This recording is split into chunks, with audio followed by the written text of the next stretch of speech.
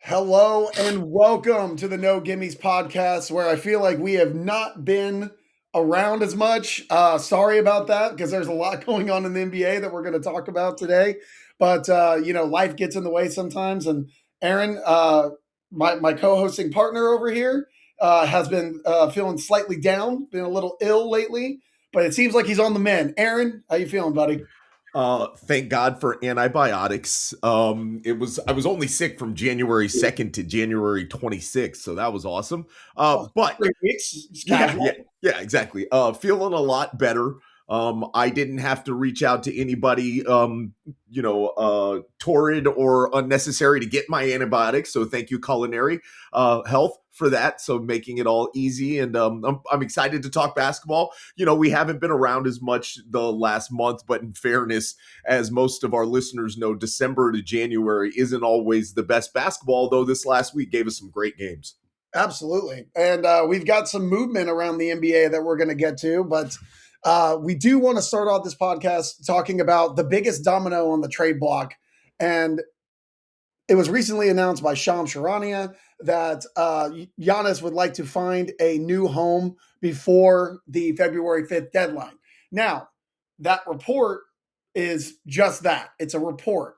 There's no guarantee that the Bucks are going to trade Giannis. If you actually look at the odds, because it's very hard to trade someone with that big of a contract and season, is more than likely it's an 80% chance he's still with the Bucks through the deadline. But there are a lot of teams that are actively monitoring the Giannis Antetokounmpo situation, and without Giannis being traded, while he is the biggest domino on the board, if that is going to hold up any other trade or transaction that's going to happen, because every team is waiting to see what happens with that situation. So, Aaron, how likely is it that Giannis is moved by February 5th? And if so, where does he go? I think. Oh, is it February 5th or 15th for the deadline? I think it's That was 15th, the right? fifth, but I might be wrong on No, that. I think I'm almost positive it's the 15th, just because. But don't quote me on that. Actually, we can go ahead and look Yeah, it up and get the I'll right say it's answer. good to look Anyways, that up. sep- Good information to have. separate of that, or not separate, inclusive of that. To your point, it's interesting because it doesn't feel likely that Giannis is going to be moved, just because we've heard all the rumblings about what the exorbitant asking price for Giannis is. And for a lot of the teams that I think would be in the sweepstakes or are currently in the sweepstakes for Giannis, the draft assets that they're going to get come summertime, once the season is over, that would be accessible to them, add to the obviously the pile of wants that the Bucks have. And Apparently, it's just they the are challenge. asking for the moon. That is the report. They Yes, are they're asking. asking. They want the They they want want the everything. Herschel Walker deal and then some. Yes, like Yes. you give Apparently, us so your whole I team mean, and we'll give you Giannis, yeah. which, I which mean, is fine. as you Like, I should. mean, I mean, why would they not ask for everything they can get for Giannis? He's a 31-year-old absolutely. multiple-time MVP, and he's an NBA champion. He is the kind of person that you ask for a large package for. And because they kind of theoretically have a little bit of runway with Giannis being on another year of his contract, he has a player option for his extension and stuff. So he's not a player that teams have to make the deal for immediately right now. It gives the Bucks the leverage to say, "Hey, look, we can just be bad and then trade him in the summer." It feels like it's trending more that direction. Obviously, the Timberwolves getting into it, I think, is the one kind of accelerant to that, because they're the one team I think the most. You could argue with the Warriors, but I don't think the Warriors are really a team that's even necessarily a championship team with Giannis. Whereas we could already make the argument that the Timberwolves are there as a team Yeah. that's been in the Final Four the last couple of years. If they are really in earnest going after Giannis, they're the team that I think would be the most likely, and the one that switches that percentile to seeming more like it would be in season, because they have to trade him now. It makes no sense for them to wait Yeah. until the summer. Well, and then I mean, just with the Timberwolves cap situation and adding a player of Giannis's contract size to that, it's very complicated. That would have to, I believe, would have to be a three-teamer if it was even going to happen. But let's work this out a little bit from the Bucks scenario. So the Bucks are 18 and 26. They are outside the play-in. Giannis is hurt. He strangely gave himself his own self-diagnosis about how long he was going to be out with his latest calf strain. He said 4 to 6 weeks before he ever even saw a doctor, which I thought was weird. That I didn't know that he got a doctorate as well. Amazing for him. And so let's just say, for the sake of this argument, the Bucks don't trade him, but they instead make a move to try to improve the roster now. Is there anything out there that could make the Bucks better, that could make the Bucks a more attractive place for Giannis to want to stay? No. Like, right?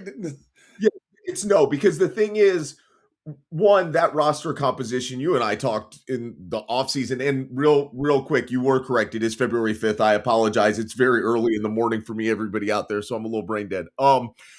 So which does change this conversation even more, because it feels far less likely for something to get done in those last 4 days. But going back to the roster stuff, you look at that roster and then you look at the list of players available, and there's just nothing that seems to be a sensible fit, right? Like if you're going to bring in Ja Morant and Giannis together, two ball dominant players who can't shoot the basketball and are both exceptionally injury prone, don't like that at all.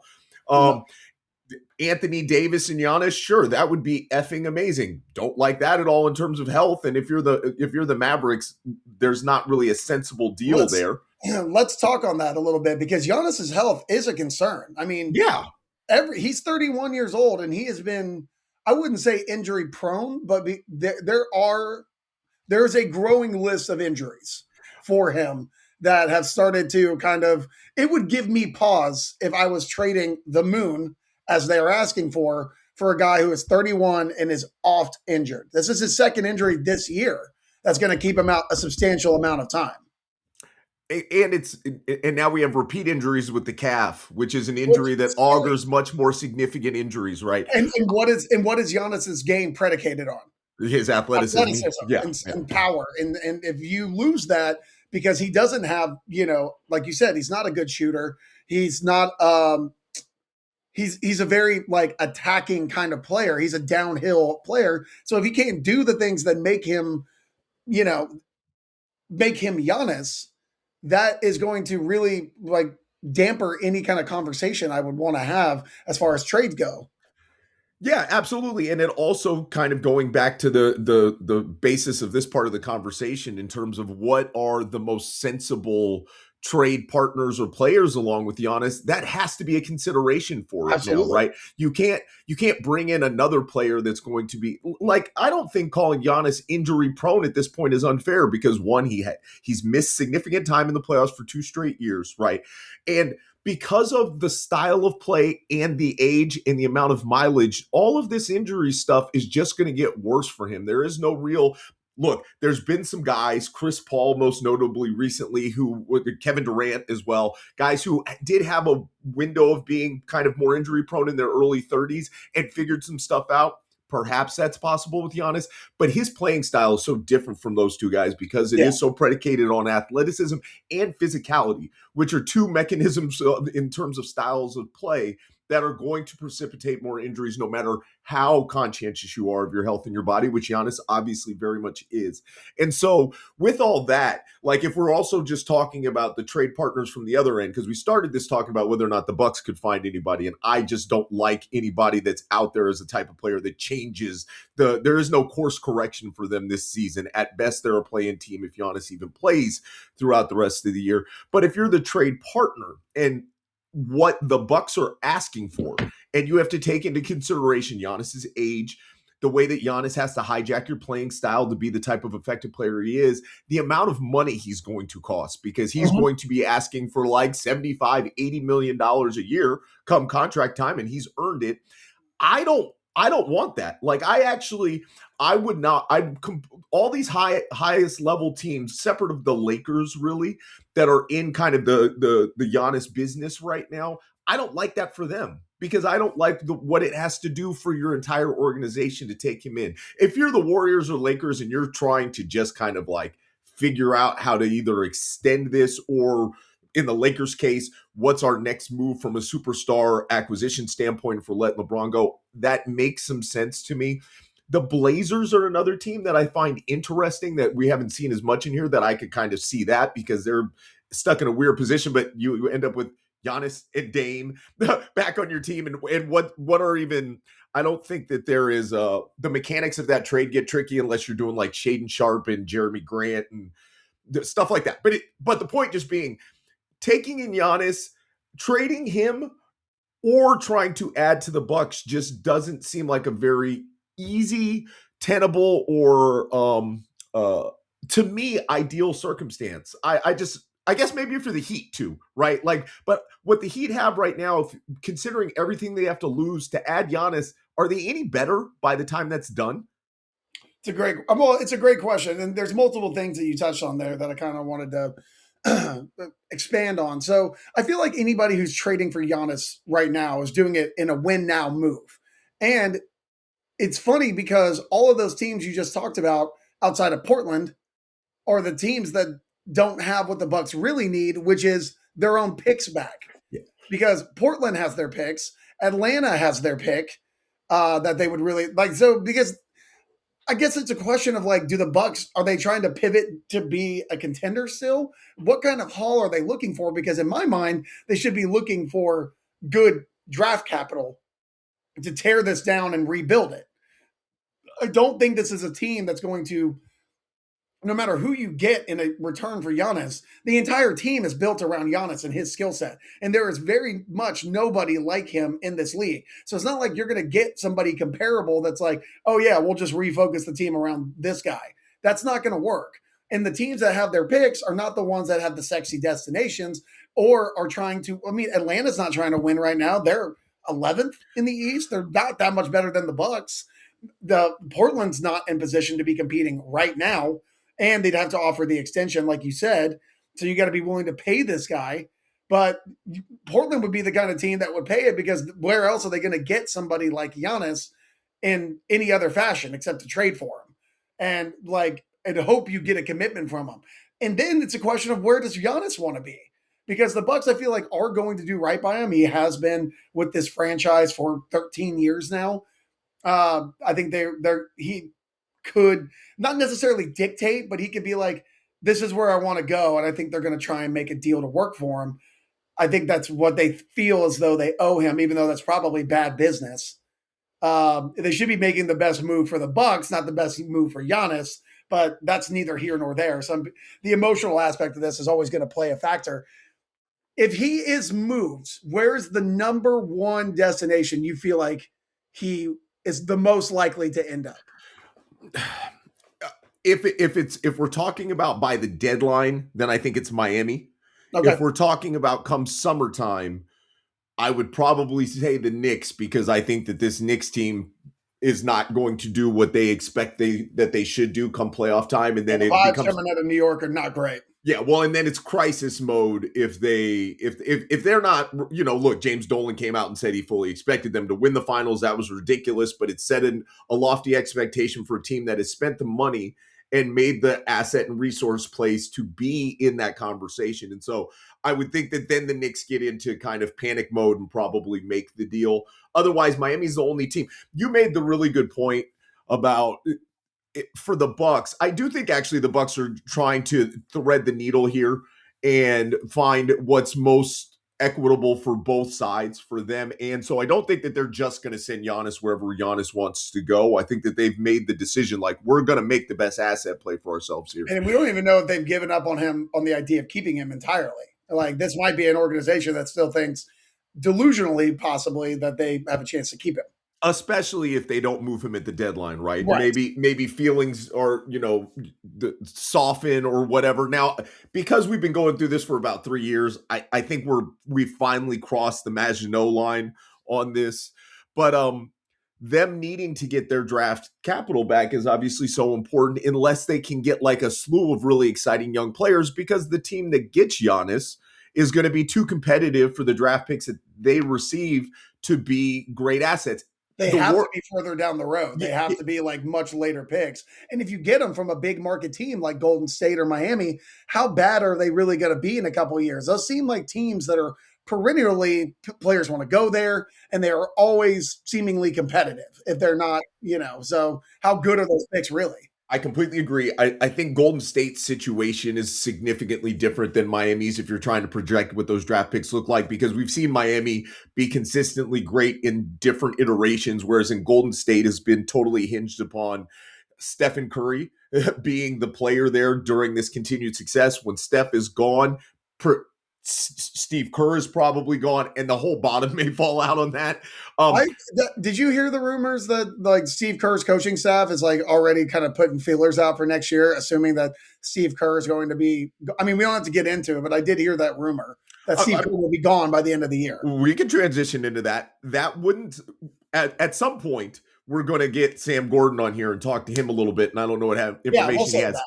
And I say that because Sam was supposed to join us last week and unfortunately just didn't work out, but he covers words for the Chronicle. But going to what you're saying, look, Steve Kerr looks tired and he looks frustrated, and he's got a situation where you can tell he's not in lockstep with the owner in terms of who should and shouldn't be playing.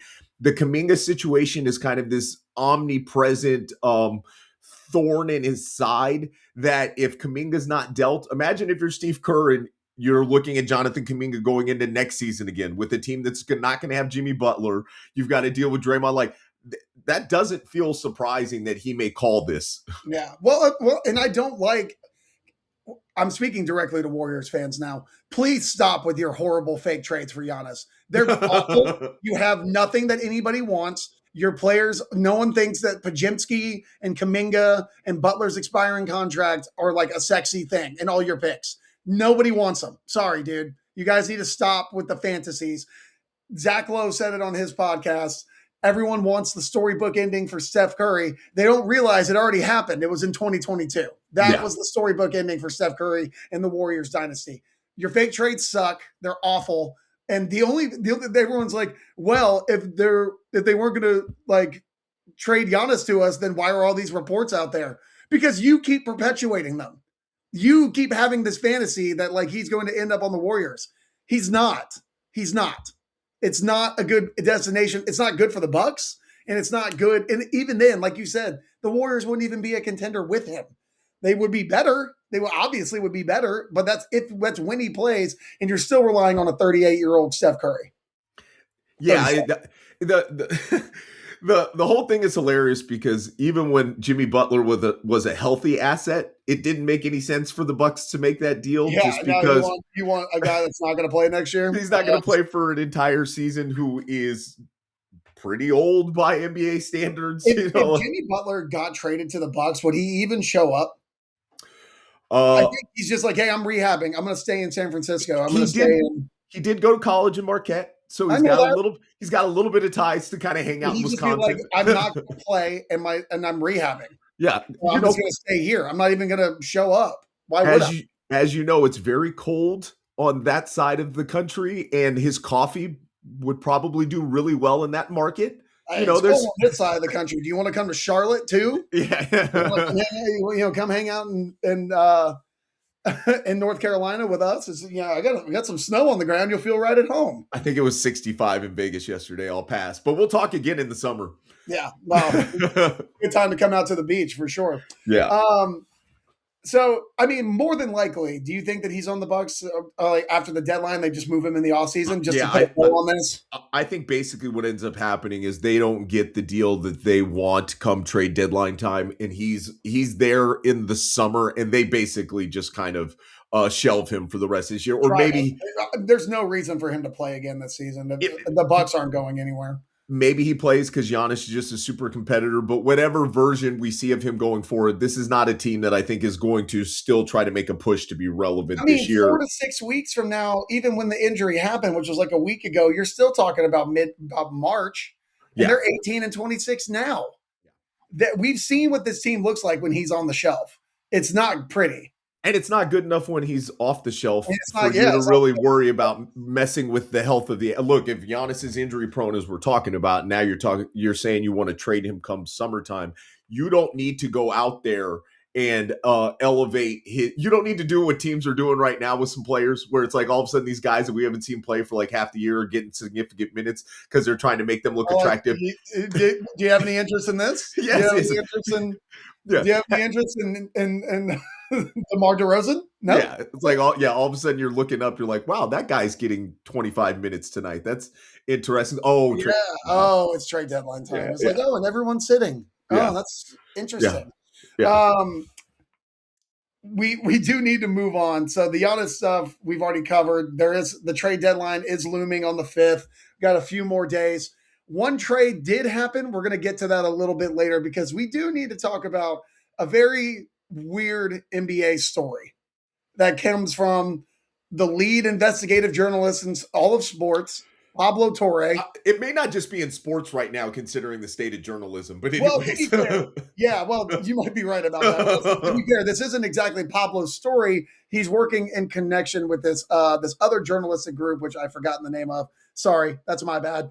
But Pablo has worked with them before. They do great investigative journalist work, and it centers around Memphis owner Robert Pera. And this story, if you haven't listened to the Pablo Torre Finds Out podcast or seen it on YouTube, this is a fascinating story for multiple reasons. So for anyone who doesn't know, Robert Pera, who is the majority owner of the Memphis Grizzlies, he bought them back in 2013, I believe. He bought the controlling interest. I believe he used to work for Amazon, but now he made his billions at a company called Ubiquity. So basically what happened, the interesting part of this story, it starts with Robert Pera trying to basically showcase his athleticism by challenging Tony Allen to a game of one-on-one. The grindfather. The grindfather himself. And eventually this was shelved by, I guess at the time, it was Dave Yeager, who was the coach of the Grizzlies, was like, we're not doing this. Then 5 games into the season that year, Robert Pera wanted to fire Dave Yeager and probably had something to do with this. Then at one point... Wait. You can't skip the part that he wanted to fire Dave Yeager and then hire David Thorpe, who was the individual... David Thorpe, who, friend of the pod, we interviewed him on Basketball Intelligence a few months ago, but who was his individual workout guy. Yeah. So Robert Pera is 6'3", and the picture on his Twitter account was of him wearing an arm sleeve shooting a jump shot because apparently isn't new. And the shooting sleeve is on the non-shooting arm. We have to paint the full textured picture of who Robert Pera is here. There's always guys that want to believe that they're just as good as the players. Yes. Or that they belong on the floor. We saw it with Mark Cuban back in the day. He would always be like, he's always on the court, dribbling around, playing basketball. It's a very odd thing, these owners thinking that they are on the same level as these premier athletes. But the weirdest part of this story comes from people not knowing where Ubiquity and Robert Pera get their money from. And this investigative journalist found out that he has been selling these boxes that help connect the Russian military when they are flying their drones in their war against Ukraine. So basically, we might have an NBA owner who is a war criminal of some sort, because right now it is supposed to be illegal for him to sell arms or sell this kind of equipment to Russia. And the way the sanctions work is Russia is obviously sanctioned. We're not supposed to be selling technology directly to them, particularly technology that benefits them in war efforts. Yeah. And what it is, Ubiquity sells the devices that help you get Wi-Fi and internet in places where it's not usually accessible. So up to 18 so they can miles. Fly their drone programs and they can see where they're going when they fly them. And Ubiquity has been caught selling. And of course, their whole thing was, we didn't know. But then Hunter Book Media, Sam Koppelman, that's the name of the gentleman that they're working in accordance with, who helped cover it. I just want to make sure we credit the right guy because he's obviously done some phenomenal work here. They went in and called directly, and basically Ubiquity was like, sure, we can sell this to you too. I don't want to ruin the whole story. Not only did they say they would sell it to them, they were like, hey, can you show us, how much like, can you show us some satisfied customers? And they basically paraded a bunch of Russian soldiers saying thank you for selling us your technology, without which we could not fly these drones. In fairness, that was a third-party vendor. That was the one that was doing that. That was that woman that was embedded in Moscow. We don't have to go But it too was like deep in the weeds, but yeah, Ubiquity.ru. yeah, It's exactly. from their website selling their equipment. The long and short of it is it's very clear that there's no way in hell that Robert Pera and Ubiquity are unaware of where their revenue streams are coming from, and the fact that it is because it's all over the internet and everything else, and it's very clear that the owner who used to be out in front and very much present in games and stuff like that and has disappeared, and I think that is not strange circumstance. Yeah, there's no coincidences where that's concerned. And the whole story, the reason that I kind of wanted to talk about it with you is it underscores a much bigger problem that we've seen in the NBA over the last couple of years, and we've really seen on full display this year, which is the fact that, look, millionaires and billionaires are always going to act inappropriately. Owners always have these, one of my favorite lines, I'm going to digress for a second and shout out to my mom because she loves quoting this. There's a documentary on Armie Hammer. And for the people that don't know Armie Hammer, he was the actor that played the Winklevoss twins in Social Network. He also played Zorro in the Zorro film. Absolutely abhorrent human being who his grandfather was Armie Hammer, no relation to the line of cleaning products, who made a bunch of money in oil. They were a billionaire family, and the guy who did this documentary, or one of the journalists interviewed, said, "Show me a billionaire and I'll show you a crime." And I like that line just perfectly encapsulates kind of what Adam Silver now has to contend with the reality that the ownership that they've allowed in the NBA is not just these guys who are the local arena owners, the guys who are the local, they're billionaires, they're tech, they're private equity, and they're people who have made a lot of money with a lot of improprieties. And we are seeing this over and over again. And the flagrant abuses, I mean, we were talking about on a much smaller scale when we're talking about Steve Ballmer and Matt Ishbia and some of these other owners who have been caught for stuff just as part of like their kind of smaller centralized circles, whether it's the aspiration thing, it's Ishbia getting in trouble on several different occasions with his organization. Para is doing something that like this is a global war crime and affecting it. And what does the NBA do and what does it look like with how it has to manage these owners that now have so much wealth and power that Adam Silver is a laughable kind of principal in the room for these guys? Yeah, and to be fair, Robert Pera is one of the richest individuals in almost not just all of sports, but in the world. He's worth about $30 billion. Yes. And this is not a small fortune. So yeah, I mean, he's got two of the richest men in the world as part of the ownership group. Pera and Ballmer are both guys who are both find themselves entangled in these scandals. You know, the aspiration scandal with the Clippers and Kawhi Leonard, and then you get this, I mean, no pun intended, this bomb being dropped here. It does call into question, like, should we be vetting these NBA owners a little bit better? Just because someone has the money, is that someone that you want to do business with? Because right now the NBA is they're in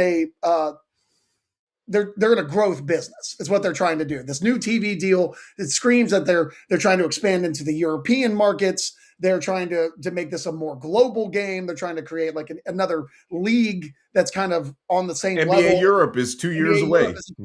So they are in asset collection and they're at a growth model right now. They are not just content to sit with what they have. And anybody who's got this kind of deep pockets that will help the NBA justify or get to the end results that they're looking for, I think that they're okay with doing business with them, despite the abhorrent behavior that you're talking about. So, I mean, does the NBA need to be a little bit more on the ball here? And I know that we don't trust, obviously, the government that we have at the moment, But at what point is the NBA going to have to be policed by somebody else? Because this isn't just a basketball thing. This isn't aspiration. This is legal. This is political. This is a bigger story than just basketball. And now it seems like the NBA has done its best to not even address the allegations that have been laid before one of its owners. So they seem content right now to just keep it quiet and see where it goes. Well, we've seen Adam Silver loves to pull the ostrich maneuver, although they don't even do this, and just put his head in the sand. When these things happen, or kind of like the Mike Johnson of it all, where it's just like claim ignorance. I'm not familiar with it. I don't know what you're talking about. And your point is really at the crux of all this, which is the NBA is obviously a business, and what they're trying to do is ingratiate themselves to those people who have the most money and the highest profiles. Look, Mark Walter, who is the newest owner, who just spent $10 billion to buy the Lakers, he's made his money on not all of it, but some of his money on for-profit prisons, including some of the stuff with ICE. We don't really have to get into that, but from a moralistic standpoint, if the league is trying to present itself as a product that is constituted upon some type of moral backbone or moral rectitude, then the people that are in the highest positions right now in several organizations, and this has happened in perpetuity, like, don't get me wrong, it's not like there was a period where look, Donald Sterling was an owner. We can go like down the list of abhorrent people that they've had. But as you said, it seems just so much more expansive, because these people and the what they own and the amount of tentacles that they have out in these spaces are so much greater than it used to be with other ownership groups, that it extends beyond the sport. It extends beyond the country. This is a global impact from people that are now part of the ownership group in the NBA. And I don't understand, especially because, as you said, like, government oversight isn't the correct answer. I don't know how the NBA either adjudicates this or disentangles themselves from it, because I don't think either things are really functional or feasible choices right now. It's a really good question. And I think this is only going to get murkier and more complicated the further they let this go on. And again, can you trust an organization to investigate itself is also a really big issue that we should all be talking about. No. No, the answer is no, especially not with their financial. Yeah, when their financial interests are involved, absolutely not. It's in their best interest to not find the answers, to not investigate this, to not look into it any further. And that's why the work of these journalists is so important, because we would never have heard this story otherwise. The NBA clearly didn't have any intention of finding out where Robert Pera got his money. They only cared that the check cleared. Well, but here's the next question. The NBA probably knew. And so how much information, I guess that wasn't a question, that was a declarative statement. Yeah. But the question is, how much did the NBA know, and how much, and the other thing, when did they know it? And the problem is, the reality with everything in life is what we know is always just the tip of the iceberg. What we know now, yes. So, but what I'm saying is, so in terms of some of the other owners, some of the other stuff, there's so much more to all of this story, and the greater story of like the owners in the NBA right now and what they are and are not getting away with because of their wealth, their power, their position in our current kind of geopolitical situation, where it's like, this is not the last shoe to drop, just as Bomber wasn't the last shoe to drop. Like, there is more coming. Yeah, I mean, the NBA, we had gambling scandals, cap circumvention, and now war crimes. That escalated quickly. Yeah, I mean, where is this league going to go next? Whoever's writing this script they need a raise. They're doing a good job. They're one of the few places that are. Yeah, seriously. As Rush said, 0 days without being dramatic. And before we get into.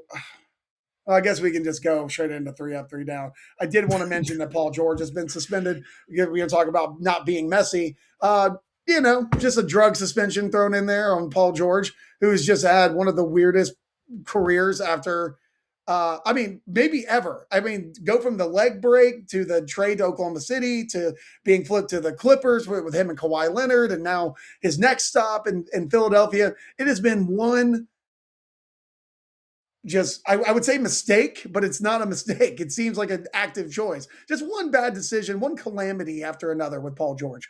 But just want to throw that in there, talking about being messy. You and I had a long, not heated, long impassioned discussion about the Sixers in the summer, and my concern with them was, of course, going to be time missed with injury. Still tracking that, considering the fact that Joel Embiid has played as well as he has lately, and Tyrese Maxey's still playing a billion minutes. But the fact that this happened to the Sixers just kind of feels in line with, like, this Sixers organization needs to be smudged by Kyrie Irving over the summer, the entire organization, and they just need to hit like the hardest reset they can, just in terms of like whatever the culture and what they're, because it just feels like they can't get out of their own way and they're going to trip themselves up in perpetuity. Philly sports needs a villain all the time, and it was going to be Nick Sirianni and the offensive coordinator and Jalen Hurts, but now their ire is going to be focused directly on Paul George because of how much money they're giving him and how little he's given in return. So he's been playing well. You know, that's the important thing. This year it's the most productive he's been, and now we know why. Drugs. Yeah, well, he said it was a mental health thing or something like that. I'm going to go ahead and assume. Yeah, but he also in the offseason, when they were talking about him and Embiid, how coming back from injuries, what they do to come back from injury and how they help each other. And Paul George said, quote, drugs help. Yeah. I was getting ready to say, I'm going to go ahead and guess it was something of the steroids and or he got healthy type of thing. Got healthy a little too fast. Yeah. So let's transition into 3 up, 3 down. I'm going to let you start. So Paul George down, but that's a whole other thing. We don't have to count that one. But you can start with an up or a down, and we can go from there. I'm going to start with the down, so that way we finish strong. This team has made 2 frequent appearances on this, but they have flummoxed, flustered, and just absolutely frustrated the hell out of me. The Orlando Magic, so since the start of the new year, the Magic are 6-7. That's fine. We know they're contending with injuries. They're having a hard time reintegrating Paolo, who's been much better the last couple of weeks. But the reason that we're here with the Magic is twofold. One, the 3-point shooting remains the Magic 3-point shooting. They're 25th in the league on the season in 3-pointers made and 27th in 3-point percentage. I don't know the fix anymore besides you and I have talked about this ad nauseum, and now people are kind of catching up with it. I'm gonna give myself a pat on the back, but the offensive scheme and what the Magic run just is exhaustingly mediocre. Separate of the offense, though, because at this point I've kind of just given up the idea that they can be a fully functional offense. Their defensive rating since January 1st is 26th. This team cannot be that bad defensively. There is no way that they can afford to be that bad. But more importantly, their personnel should dictate that they are far better than that. And that is just an effort thing to me. That's not a schematic issue. That's none of that. And I don't know how to fix that. But it starts to tell me that maybe Jamal Mosley has lost this team a little bit just in terms of his ability to get them to play up to the level that his demanding style of coaching kind of requires. Well, and there's already been reports about Jamal Mosley and Paolo Banchero not getting along now. So that's not going to help with anything. So, once you're battling with the franchise player, and I do use that in quotes because Franz is the franchise player. Because Franz is the player, and I don't think Paolo's lived up to the expectation, even for the contract that he got. They gave him the full extension, and he doesn't play like a franchise player to me. So there's a lot of stuff that's wrong with this team, and I think it's just the specific construction that's around Paolo and Franz, which it just hasn't worked. It's never worked. And then one of them's injured, if not both of them being injured at the same time, so they don't get to play together. And then when they do, it's pretty underwhelming. And this is just a very middling team for a team that I really like. And they're getting good contributions from the other guys on their team. They're getting good minutes from Anthony Black and Tristan Da Silva and Wendell Carter. And, they have guys that I like. And Desmond Bane, after his slow start, has actually played pretty well for them. Exactly what you expected whenever you traded for him in the first place. But the price they paid in order to get Bane, that clearly was a win now trade. And they had the exact same record they've had the last 3 seasons at that point in the year. They were 23-21, 23-21, 23-21. Consecutive years, nothing's changing. And now we're getting reports about unhappiness and frustration. That's never a great sign. So yeah, I want to love this Orlando team, but they make themselves so hard to love. They make it so hard on me. Yeah. I will say there, for whatever reason, Jalen Suggs is like the linchpin to their success, and he just got back healthy again. So we'll see if it changes again. Yeah, that's what I was going to say. Another player that's an extremely injury-prone player, and because of his style of play, I don't know how that changes because he kind of has to be that type of player to be the player that he is, which then, of course, means injuries. I was just thinking about this. Too early to kind of lock in a framing for the player, but I'm starting to become concerned that Paolo Banchero is a star like DeMar DeRozan is a star, where I don't know that if he's the best player on your team, that you can be a great team. I think that the limitations of how they play offensively, the fact that defensively they're always just going to be at best, and because of what their limitations offensively mean for how you can run your offense, they can get their numbers, but I don't think that the team centered around them can be any better than a little bit above 500. That's just kind of what it feels like right now with Paolo. I completely agree. And it bums me out. Like I said, I want this team to be good. I want to be a Magic's fan. A Magic fan. Yeah. Sorry. Yeah, that was weird. It's weird whenever teams like don't have an S in their name. That's not a plural. Yeah. Magic, Thunder. It's very strange. Like he's one of the greatest Thunderers of all time. Thunder. Yeah. That's weird. I don't know how Magic. Whenever I write it out, I have to go back and forth over and over again because of the plural is still a singular. Possessive. The Magic offense. Yeah. It's very weird. It's very He's one of the Heat best players. He's one of the best heaters. Yeah. I don't know. It's a weird one whenever they don't have plurals in their name. It's very weird. Yeah. But yeah, I want to like this team, and I just can't because they just keep being very middling. And there's a little bit too much teams middling in the East, especially. Just a lot of teams that you're just like, okay, they're here. The East is aggressively mediocre. Let's stay in the East. Let's even stay in their own division when we go to this up. Because there's a team that is 10-5 and has won 6 in a row. They're 10-5 in their last 15. They have the number 1 offensive rating in the NBA over that stretch. Your Charlotte Hornets. You son of a bitch. I'm all the way up. You took one of my ups. Oh, man. I mean, how could they not be on your up list? Yes, yeah. Do you want to? A friend of mine sent me this. Shout out to Zach Scott for sending this over to me. Zach, when do you think the last time the Charlotte Hornets had won 8 games in a row? They still haven't gotten there yet. But when was the last time, if you had to guess, the last time a team won 8 games in a row? The Charlotte Hornets. 8 in a row. I don't even feel like this has got to be like the 90s because I don't even think like the Kemba Walker team did it. I'm going to go ahead and go like it's the year 2000. It's 2000. Okay. Like around like February of 2000, I think is the last time they did it. It's 25 years they haven't won 8 games in a row. That's insane. And they're at 6. And this team is fun, man. They're so much fun. Since we're on here and I had some stuff there while we're talking about them. Well, Brandon Miller finally being like a healthy version of Brandon Miller with some continuity. Never sold my stock on this guy. You and me both. I mean, you and I both were kind of high on this Hornets team relative to what the expectations were coming into the season. I think they were going to be better. We like Charles Lee. You and I both. Like Charles Lee, I thought it was an exciting group of young players. How it was going to work, we were going to find out. They figured out some stuff, including kind of marginalizing LaMelo's impact by not having him be their most important player, second most important player, but really their third and fourth in a lot of situations. And Brandon Miller has now found his way now that he's been able to play with some continuity. And so 10 straight games over 20 plus points during that stretch, 22, 5 rebounds, 3.5 assists, 48, 44, 92 split.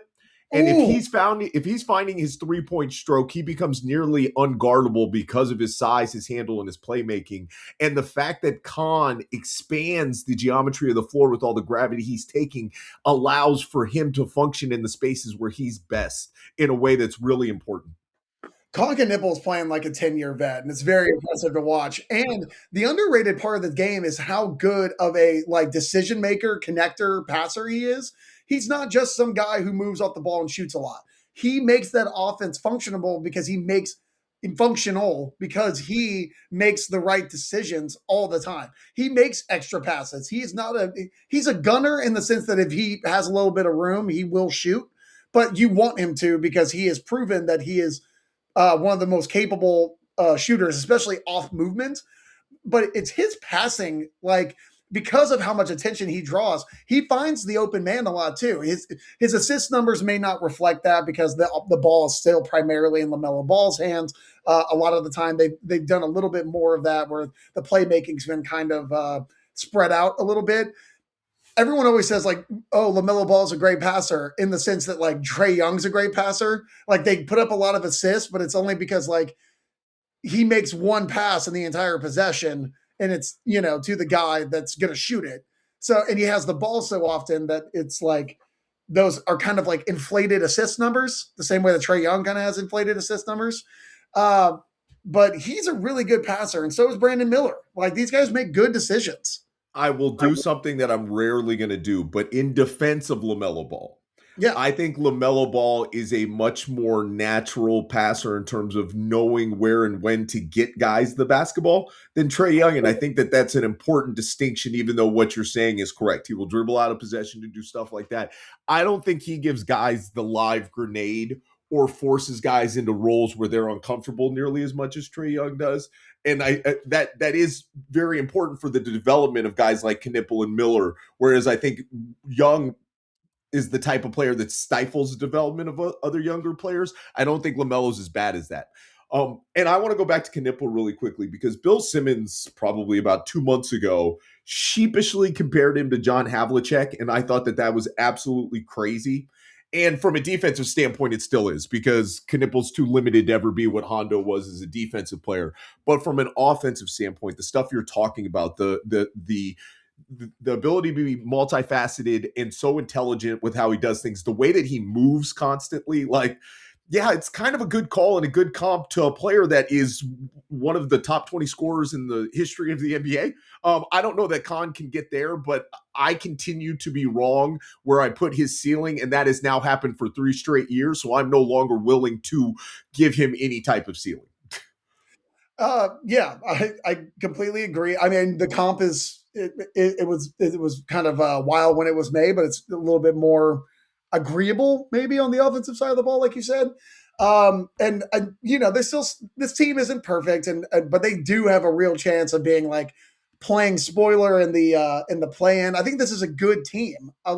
That's young and growing. I like Diabate. I like a lot of the guards that they use. I like the 3-guard lineups they run out there a lot of the time, which you can really get away with because of the size of their perimeter players too. When you look at LaMelo, exactly. Khan, and Miller, they're all positionally huge, especially if Khan's playing the switchable, interchangeable.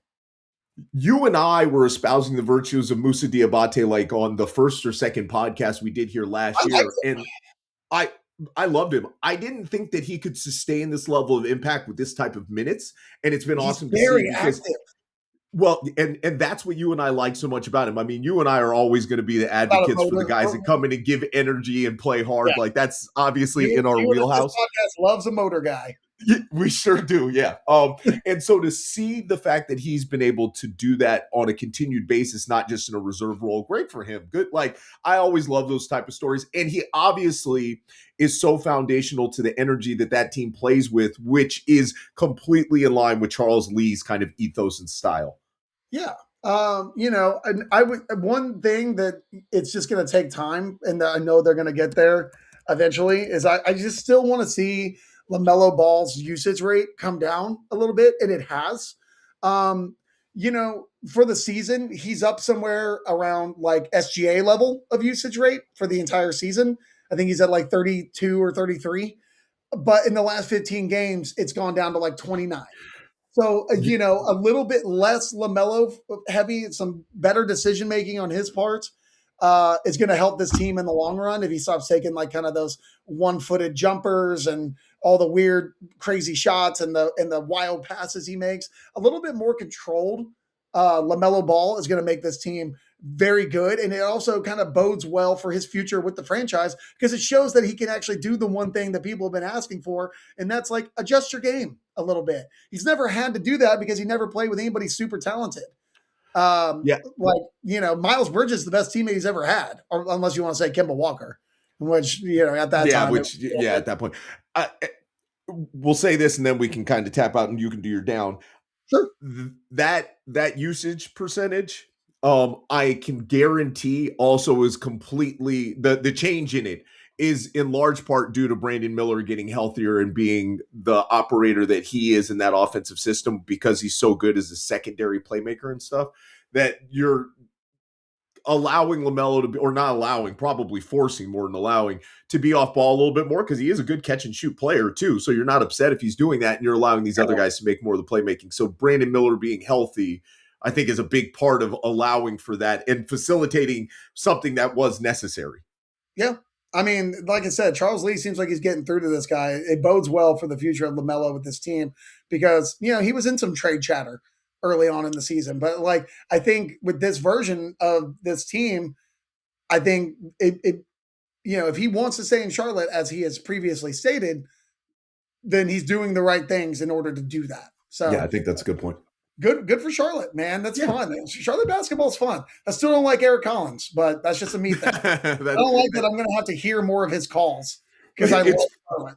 It's funny because the game was on yesterday early when they were playing the Spurs, obviously, and I went to turn the game on, and my wife happened to be asleep on the couch, kind of napping, and all of a sudden I was like, oh, I can't watch the Hornets game because of Eric Collins. Like, he's going to be too loud for us to watch this passively.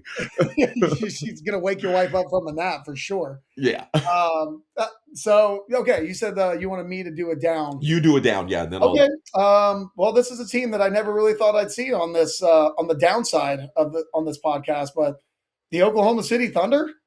Oh yeah. I believe they're 3-4 in their last 7. They're 1-3 in their last 4. They they have losses to Minnesota, Toronto, and Indiana. That one was ugly. Also a loss in Miami back on January 17th. They are 21st in 3-point percentage.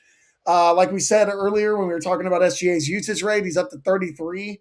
The team is decimated by injuries, but at this point in the season, who isn't?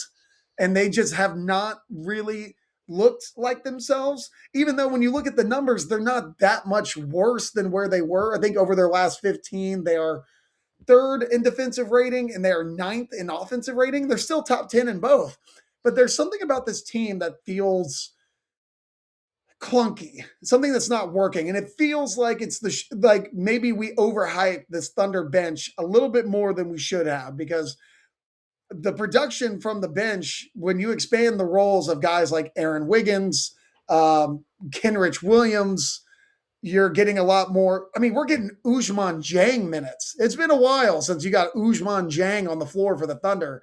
AJ Mitchell's been hurt, Alex Caruso, Isaiah Hartenstein, most notably Jalen Williams. And there's even reports that Thunder, which is very rare, do the Thunder ever let anything leak? But the Thunder are being active around the trade deadline looking at size, which I find to be an interesting, because that doesn't seem to be their problem.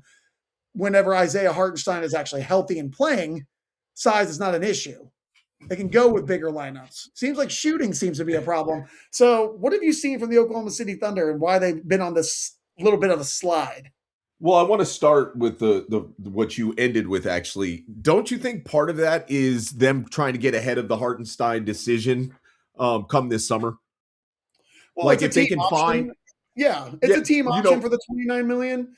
I like what he brings to the table, but his contract was specifically structured this way so that the Thunder, whenever they entered their tax era, they can make a decision based on his production. I think his injuries are the things that are making him Well, Total. those things are inextricably linked, right? So my point just Yes. being them going out and looking for size, even though you think shooting's more of the need, it's got to be because of the fact that you can't. Hartenstein's been injured as often as he is, and he has that tax bill coming up. So if you can find a cheaper option, then it allows for you to kind of get off Hartenstein come this summer if you can find somebody that can. Yeah, I mean, but would you feel comfortable with a front court of Jalen Williams and Chet Holmgren? Is that something you'd be comfortable rolling? I mean, I don't know what they get back in return, obviously. Well, that's Uh, what I'm not even saying you're trading Hartenstein. I'm saying if you can find, and I'd have to kind of like, let's say I'd have to look at the market. Nick Claxton, for example. Let's Okay, say Nick about the Claxton same asking price. was a player. Nick Claxton's gonna play more. He's a little less expensive, not much, but a little less Yeah, expensive. 4 million, I think. I think he makes 5 a year. So if you're the Thunder right now and you're looking at going forward, I'm just kind of trying to read the tea leaves. That may be part of why they're looking for size because of that stuff, and because of the inconsistency with Hardenstein's injury history, which I'm going to actually talk about in a minute. But not just with him.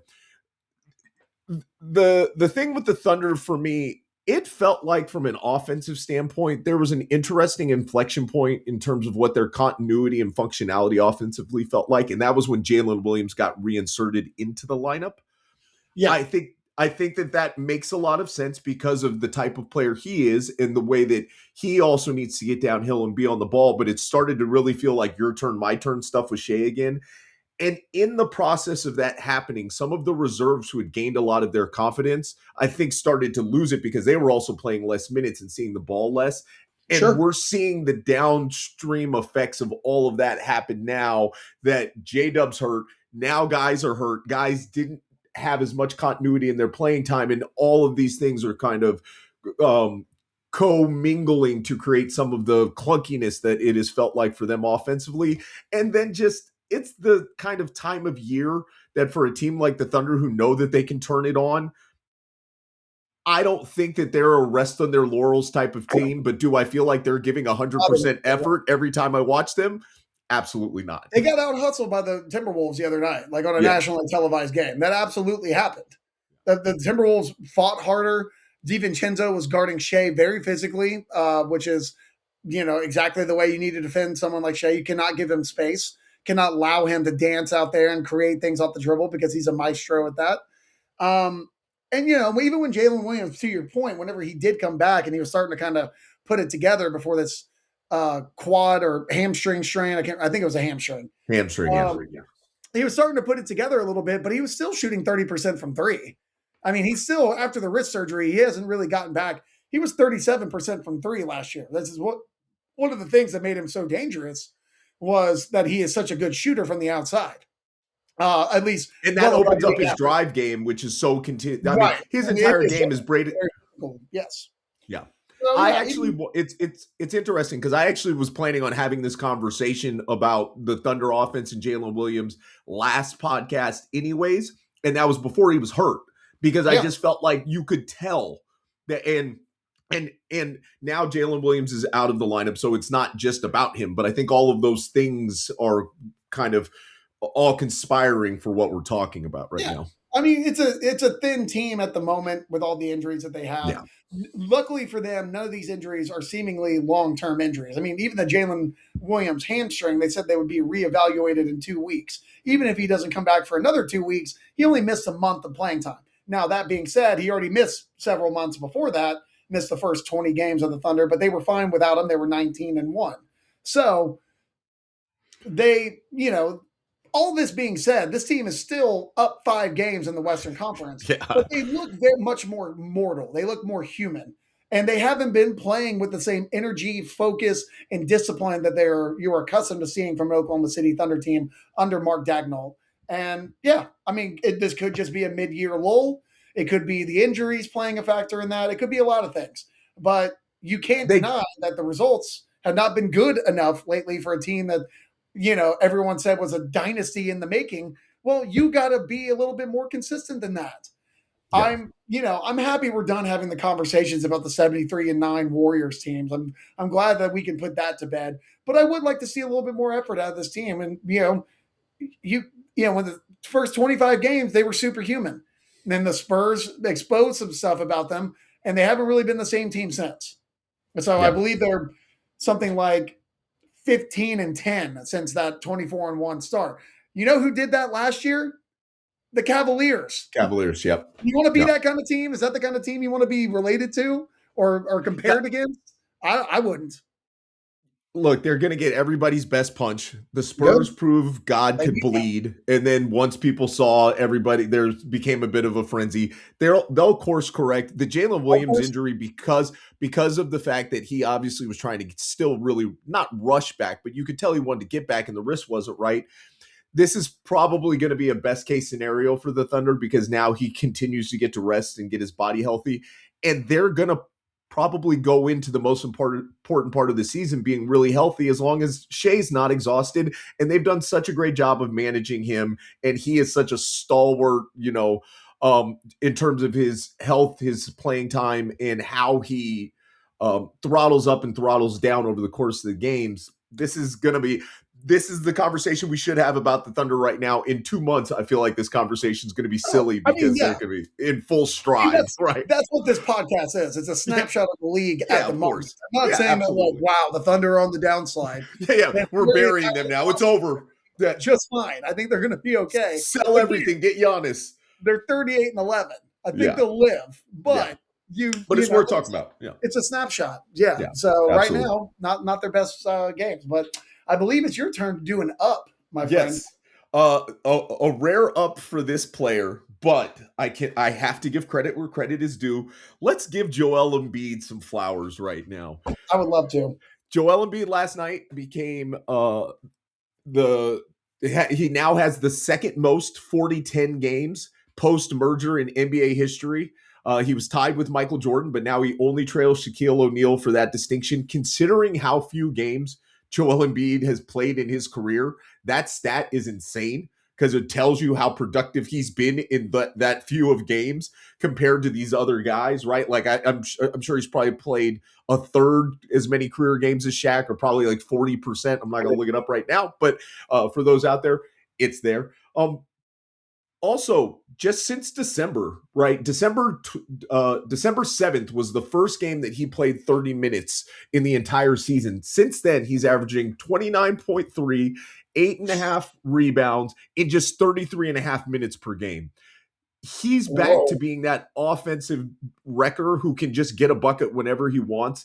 And it was interesting because I wanted to look in to see where he was functioning from, because obviously he's just so limited offensively. And I expected it to be this huge diet of jump shots. And he is obviously shooting more shots. Over the last 3 years of his career, he's taken the largest percentage of his attempts from long two range of his career, but he's kind of getting it done everywhere, all over the floor. He's shooting 3-ball pretty well now during that run. Like, he's been really good. I don't trust it. If I'm a Sixers fan, it's got to be terrifying, but good for him. And it's exciting anytime an amazing player is playing, some reasonable facsimile of their best. Yeah. I mean, I don't think anybody expected him to play as much as he's played already this season. I mean, it's pretty surprising as is to get him, especially considering how he's looked. And at the beginning of the season, I was watching guys charge at him in the paint and stuff the ball into the basket, and he did nothing because he can't jump, or he couldn't jump at the time. But his offense never really lost the production. It was just like, can he stay on the floor? He still falls down too much. He needs to stay on his damn feet. He has been better about that, though, but I think it's also because he's not really functioning in the paint quite as often. He's definitely become like more of a face-up Tim Duncan kind of guy. He's at that like kind of version of himself. Like you said, shooting the 3-ball a lot more. I mean, his on-off numbers, the Phillies are plus 9.2 whenever he's on the floor versus when he's off. I mean, they are a better team demonstrably when he plays. And I've heard a little bit of trade chatter about Joel Embiid in the sense of people being like, you've rehabbed his image. He looks like he's playing more, like he's been healthier. Now might be the time for them to get off this contract because he's still owed so much money. But truthfully, he might be more valuable to the Sixers organization as this version of himself than he would be valuable to any other team or whatever they could get back for him. I just don't think there's any way that you could get a guy like Joel Embiid without, and like whatever return you think you're going to get for that. I think you're completely right, except for the fact that it just constantly feels like it's a ticking time bomb. Oh, And always. so if you're because like look, if the Sixers can get this guy for 50 games this season, next season going forward, that would be amazing. Does any of us feel comfortable with that assumption? And No. So you still owe him for several more years afterwards. you're gonna owe him $1 billion in 2 seasons, right? Yeah, Like it's a lot, man. he gets $75 million 2 years from now, Yeah. and with how good he's looked, it is still terrifying to watch him drag his legs around everywhere. He caught a lob for the first time in like 3 seasons. That was awesome because it is representative of him starting to feel himself more physically. I hope this stays the way that it is. I hope that Joel Embiid all of a sudden finds this third act in his career, and this is what we get out of him. Whatever this is going to be, it's worth at least celebrating in the moment because he's been awesome. Yeah, I completely agree. Good for the Sixers. They look good, man. They're a competitive team in the East, and I kind of said that I think when we were doing the previews. I said that this team doesn't have a choice. They have to be better because they don't own anything. They owe all this money. They don't own their own picks, and they owe all this money. It's like you have to compete with what you have, and that's what they've been doing. And you know what, Maxey making the leap that he's made. The guard rotation been awesome. Yeah, I mean, even before Paul George got suspended, like you said, he was playing well, like pretty good. Look at a little bit. Like I still trust them less than the document on the White House website, but whatever. Fair enough. Yeah, that's completely fair. So is it my turn for a down? I got a down, and then you're going to finish us with an up. I thought you did a down. No, you did a down, then I went an up. Okay, gotcha. Yeah. So my down is Cavs.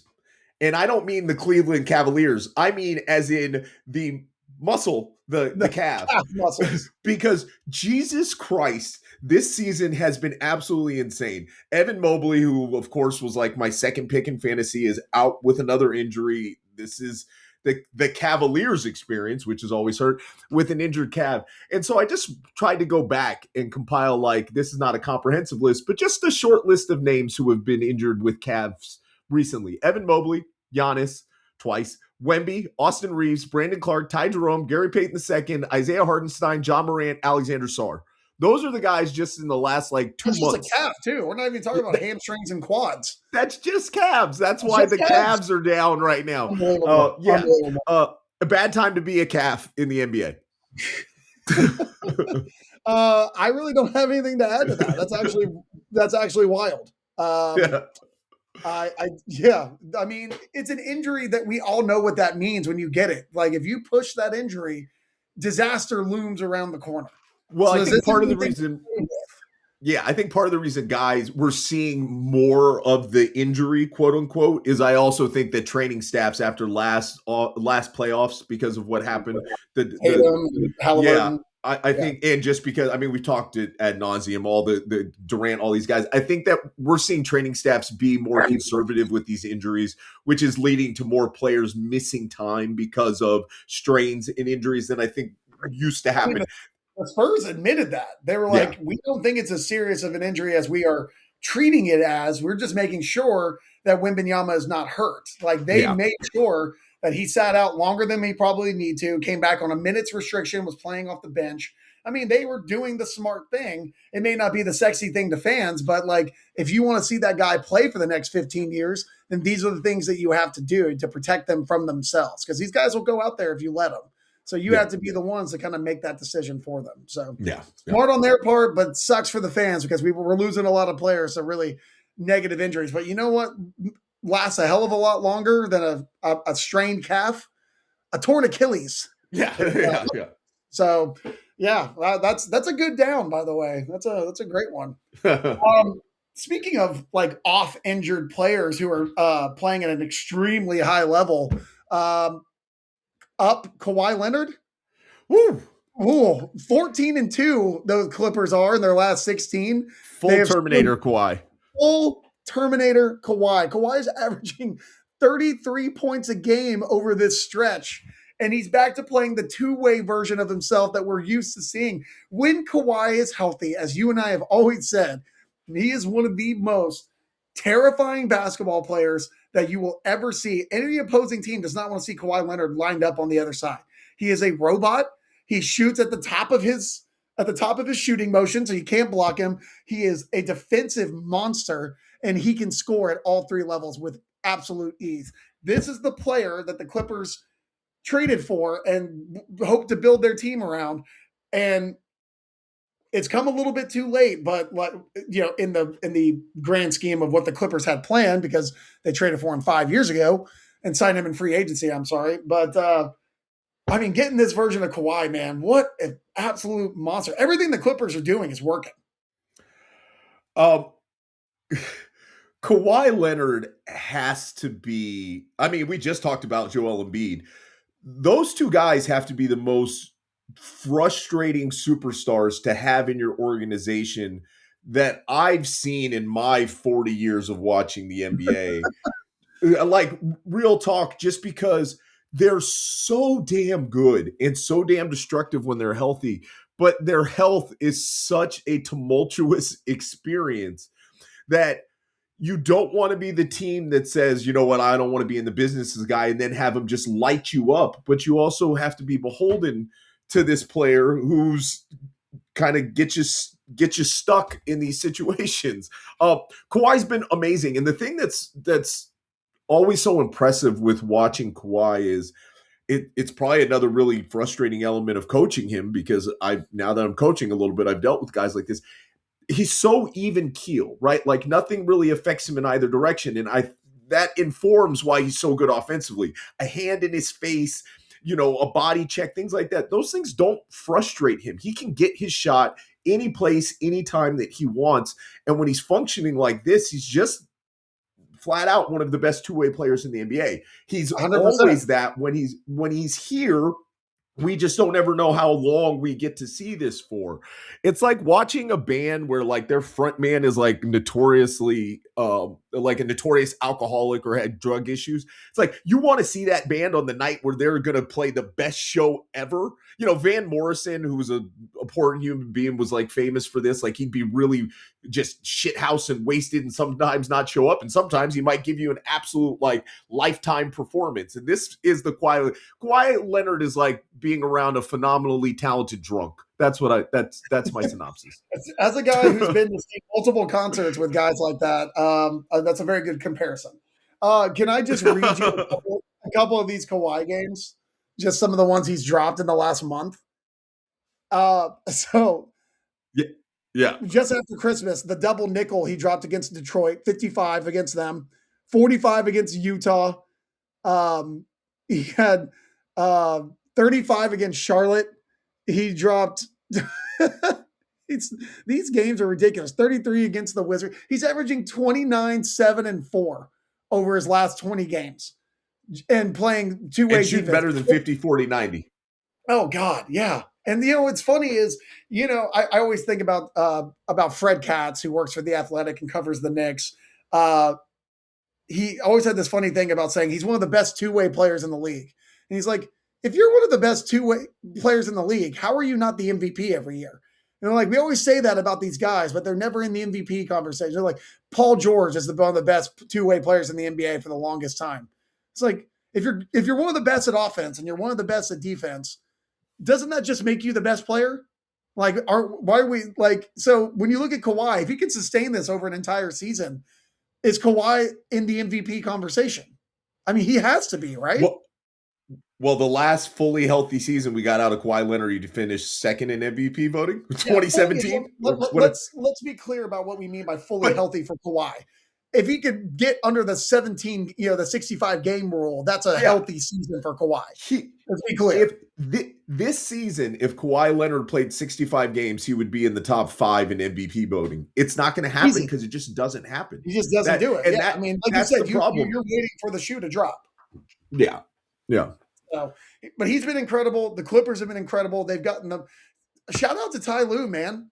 I mean, I know he had a real rough start to the season, and he's got the gambling allegation stuff hanging over his head. Damn good coach. Good coach. touching on the gambling stuff, he's not implicated. So He's in friends with fairness a to lot him, of people who are implicated. and he was He's present, been which in a means, lot of the places that these people were also at. and he very likely was one of the people that may have gotten duped during Yeah, these he's games, which will, linked to it, I should yeah. say. Yeah, Linked. yes, yeah. But and I At just because least that tangentially. clarification for his sake is important. You and Yeah, I have espoused the virtues of Ty Lue a million times on here. I think he's a phenomenal absolutely. coach. The fact that this team may actually continue their streak of being above 500 after starting 6-22 or 6-21 is I think they're 6 and crazy. 21. Yeah. God, Yeah. it's ridiculous. Also, at some point, we as the people who cover quote unquote the Clippers need to maybe accept that as long as James Harden and Kawhi Leonard are at the center of this team, this is the habit of this team. This is the third straight year where we've kind of left them for dead, and they went on an insane run in the middle of the They season. do it all the time. They do it all the time. Like 2 years overall, ago, it was like 50 games. yeah, They're over like 49, 50. 49, I believe, yeah. Yeah, they're still in that. They're in the range. They could Yeah. finish with 45. That's still a successful season, like for Yeah. all things considered. And it's a team if they're healthy when walking into the playoffs, I don't want to face them. I don't want to face them at the same time I get to play James Harden in a 7-game series. So. That's good. All right, look, hey, the Nuggets were a tip dunk away, as you talked about in the last one, or they were an alley-oop dunk away from being eliminated by the Clippers in a phenomenal playoff series. This is not a team that's going to go quietly into the good night, and they have all the pieces to make, and they're going to make a trade.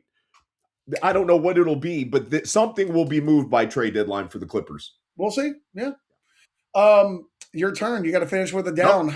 No. We that's a wrap. That was it. That was the whole thing. Yeah. That's how, because it becomes unbalanced because how we do it. We always do the back and forth thing, and I lose track of who's doing what. It's all right. I'm doing a better job of trying to track it now. So because we were ending up with 4 up, 3 down. Yeah. I know, and you're the one who was up at 7 a.m. to record this thing, and I'm over here. I'm just looking at the snow, man. I'm thinking about making a snowman. Honestly, I've already had kids throwing snowballs at my door, trying to get me to come outside, and like they're out there playing. I'm like, get at it, go away. But now I'm like, I think it might be snowman time out there. We got a couple of inches of snow in Wilmington. It does not happen very often, though it has happened the last 2 years in a row. We got a nice little snowstorm this last night. So, I woke up this morning, went to let my dog out, and he was not having it. He's like, what the hell is this? I was like, hey, if you got to pee, man, this is where you're going to have to do it. Yeah. Unfortunately, this is the option you have. Yeah. That's a wrap on.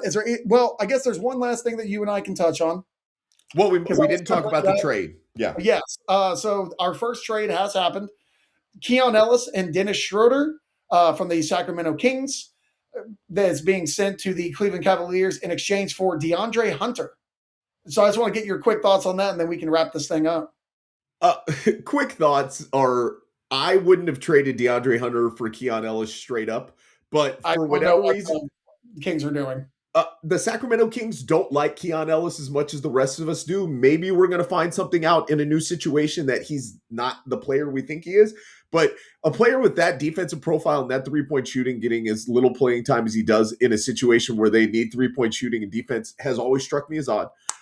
From the Cavs standpoint, I like it because even though Hunter is a phenomenal shooter, you and I have talked about his inability to pass the basketball just really kills offensive continuity. That being said, moving Dennis Schroeder into an offensive system where ball movement is heavily important usually means Dennis Schroeder is not going to be the best version of himself. And we just saw this in Golden State last year. So for anybody getting excited about Dennis Schroeder going to the Cavaliers, look, I get it. Lonzo can't stay healthy. Sam Merrill can't stay healthy. Craig Porter Jr. is a perfectly fine player, but he's not the right choice. So you probably felt like you needed to do something from a guard standpoint. I'm not excited about his fit with the Cavaliers at all. I think it's going to be a weird one, and Hunter's going to go to the Kings and do what happens when every player goes to the Kings. He's going to give you a lot of empty calories because he's a perfect fit for that situation. Well, and you didn't even mention the most often and most important injured guard that they have, Darius Garland. That's another reason they brought in 2 guards to kind of play backup, because Keon Ellis actually, at least defensively, fits alongside Donovan Mitchell, even though that's a pretty undersized backcourt. Dennis Schroeder would also make an undersized backcourt. Depends on if you want to go offense or defense there. It feels so like does Darius Garland, so they're used to that side of it, right? well, Like, again, that's a good point. But I would say that like it feels like Keon Ellis and Dennis Schroeder, if you could just make them one player, would be a really good guard. Because the offensive side of the ball with Dennis Schroeder and then the defensive side of the ball with Keon Ellis, the effort that he gives, like that would make one good player. So if you could just put those two guys together, it would be amazing. But I like the offensive for defensive. How many offensive for defensive substitutions are we going to see between those two guys in the last 4 minutes of a game? Very soon, Kenny Atkinson's going to be doing this. He's going to be at the line and be like, okay, Keon, get in there. And then he's like he's like Dennis Stick real close. And then whenever they get the rebound, they call it time off and switch those guys out. So, yeah, you're going to see that a lot, especially as long as you said Merrill and Garland are still injured. But yeah, Merrill's back, but he's just been so injury prone this year that that has to be part of the consideration. So yeah, it's unfortunate that these injuries. We liked the trade when it happened, but you're talking about the Lonzo deal. I mean, especially just because. I don't get this. I don't get this from like. I guess you're getting off the Dennis Schroeder money, but like, what does DeAndre Hunter do for this team? Like, I feel like that's not gonna be a long-term fit there. So what did you get in return? I think that they had already decided that the Dennis Schroeder experience wasn't what they thought it was going to be. I don't know what they thought it was going to be. He's been the exact player I would have expected him to be in Sacramento. More Russ minutes. More Russ. The Kings are bereft of a game plan. They have no idea what they're doing. And so they're just throwing darts blindly, hoping they hit a bullseye at some point, and they're barely hitting the board. Is their most important like trade piece, or their most tradable asset? Is it Keegan Murray? Like, is that the best thing they have and they're not with that extension? It's not. Interesting. Yeah, but prior to that extension, I would have said yes.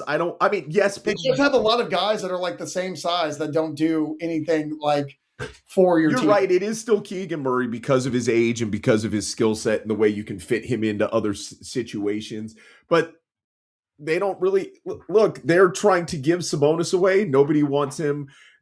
Nobody wants to be in the Zach LaVine business. We'll see whether or not DeRozan ends up somewhere else. But if he does, it's not going to be for anything that's going to be exciting. This King situation, everybody was so down on it in the summer. And my feeling was like, hey, they were pretty plucky last year. Like, it'll be better. It's gotten so much worse as the season has gone along. Because even when you think about like Russ has been awesome for them. I heard a stat on The Athletic last week. Russell Westbrook is in the top 10 in the NBA in catch and shoot percentage, which is crazy. Russell Westbrook is doing it. And they let him shoot. If you're the Kings and this guy means that much to your situation and you're winning, quote unquote, because they're not doing much of it, what does that mean for next year? That's bad. It's really bad that 36-year-old Russell Westbrook is like that critical to your offense. And DeMar DeRozan. And DeMar DeRozan, Zach LaVine, and DeMontis Sabonis. They're just the toys, man. They're just like, I'm done playing with you, and everyone just drops you and lets you go. Yeah. No, so, that is the newest news. Unless I open up this Threads app and see something else that's happening. What else did we miss? Did we get a sham wow or whatever it is? Oh, I forgot that we did forget to mention that that your Chicago Bulls were part of this trade. They got Dario Saric to be a part of this trade in the 3-team deal, and they got 2 second-round picks. Hey, the Bulls made a trade that netted them assets. That has never happened in the last few years. So good for the Bulls. 2 second-round picks. Nice work. Yes, I'm happy they did that. Dario Saric. I don't love that it meant that they had to get rid of Javon Carter, who played a good game last night and then was immediately cut because no good deed goes unpunished. Like, God damn, it's a hard world out there. Somebody would be on the end of somebody's like playoff. Yeah, he will. And there is so much redundancy with him and Trey Jones. And Trey Jones is just a much better player than Javon Carter is right now. The Dario Saric thing is funny because if he sees the floor, that means you've already lost the thread. So I hope I don't ever see him play any minutes because Dario Saric is not a viable NBA product anymore. But hey, shout out to the Bulls for making an asset play. We give credit where credit's due. Again, very rare for them to do that. Yeah. So we give credit where it's due on this podcast. Good job, Chicago Bulls. That's a nice trade for you, getting 2 second-round picks. Good work. Yes, like it. Well, that is the No Gimmies podcast. We are sorry that we have been away. We are going to try to get back to our weekly traditions. But, it's just been a couple of weeks. You guys will be fine without us. But there is great stuff to be had all over NBA Threads, and especially on the Basketball Intelligence Network, where you can find this podcast as along with many others. You can also find some great writing on there. Aaron, are you working on anything, or has your illness and your coaching and your work life taken up all of your time? Yes to both. Doing both. Yeah. Plenty of like 1,000+ word written things that I need to just kind of like polish and finish. We're coming down to the end of the basketball season though, so I've been really focused on that. We have our last 2 games pending whether or not we make the playoffs for the Sunrise Mountain Miners. So I have been a little bit more focused on that. Really, obviously, I've been more focused on that for the last couple of months. That's why writing's fallen to the side a little bit, but it's been a great experience, and I'm really excited for these last couple of games and for us to finish strong. So, yeah, I want to see y'all in the playoffs. So let's get that. You and me both, sir.